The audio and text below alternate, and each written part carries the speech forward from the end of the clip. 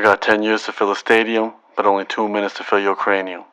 Humble the poet, signing in. We in Dubai, and I'm in my funky Dubai hotel room. The bathroom is a fishbowl. If you couldn't understand me, I said the bathroom is a fishbowl. It's just open. Everything is open concept. But I have the room to myself. But it's a funky room. Super hot in Dubai. Super hot. So Lily calls me her work soulmate. Y'all ship it? The strongest part of our relationship is the fact that we're both workaholics. We both obsess over our dreams and goals. And when you find someone else that kind of understands that level of obsession and workaholicism, then you're very lucky. We also understand what's important when working on a project, and that makes it a lot easier to get stuff done when we work together. And since when we both started, we had to do so much work by ourselves, it's awesome to have someone else who understands what you're going through to help you lighten that load. That understanding is super important for any type of relationship. But what do we need to understand? What I realized for any kind of relationship is you have to understand priorities. It doesn't matter whether that relationship is romantic, family, friends, work, or any other kind of relationship. The key to any good relationship is going to be matching priorities. That means you gotta learn the other person's priorities, and more importantly, you gotta figure out your own. If you don't know what's important to you, then it's gonna be hard to connect with other people. And even worse, if you don't even make the attempt to figure out what's important to you,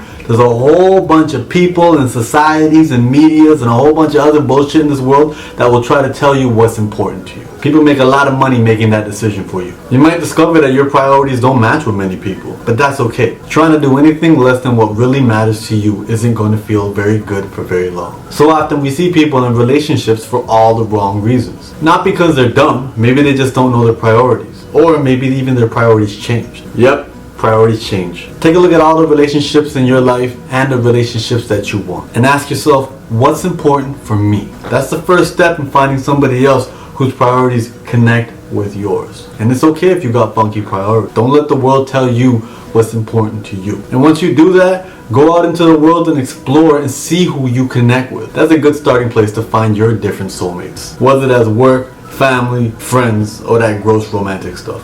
Thank you so much for watching. As always, please comment, rate, and subscribe. I really appreciate the time you take to watch this. If you love the way I think or you love the things I say, do check out my book, Unlearn. You can get a copy at unlearn101.com, Amazon, Barnes & Noble, anywhere that sell books online. And we also have it in audiobook format so you can hear it in my sexy, mumbly voice. I really appreciate the time you took to watch this. Please share this with somebody that you care about. Thank you so much for watching.